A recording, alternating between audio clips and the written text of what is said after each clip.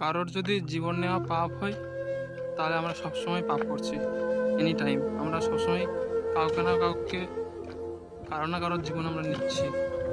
এখন ধরুন এই যে বকটা, এই বকটাকে যদি আমি ছেড়ে দিই, জীবিত হয়ে যাবে। জীবিত হওয়ার পরে সে কোনো কোনো না কোনো কিছু খাবে, নিশ্চয়ই মাছ খাবে, সেই প্রাণ নেবে। যদি মাছের প্রাণ নেই, এবার বকটাকে তো বাঁচতে গেলে মাছকে তো মানে খেতেই হবে।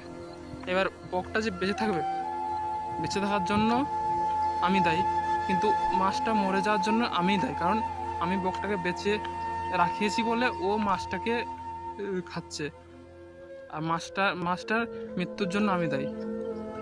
তাহলে আমি ওই মাছগুলোর মানে জীবন নিচ্ছি।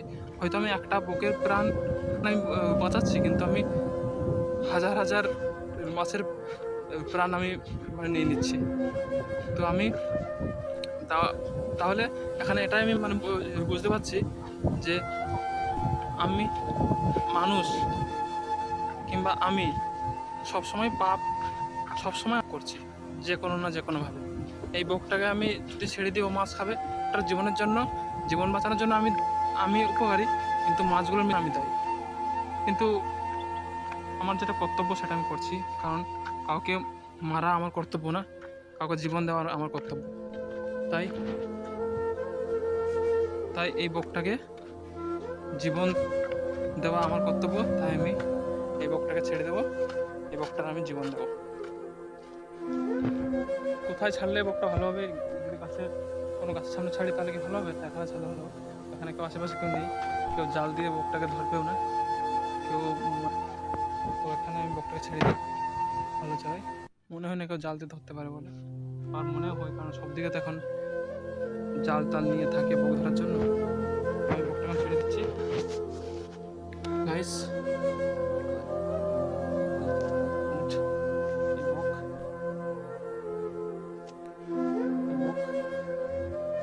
ছাড়লাম।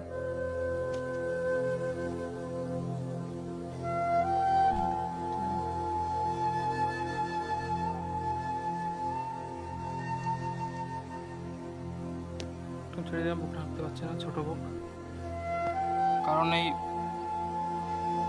এই যে বকটা, এই বকটা আকাশে উঠতে চায়, ওড়ার জন্য মুক্ত থাকার জন্য জীবন নিয়েছে।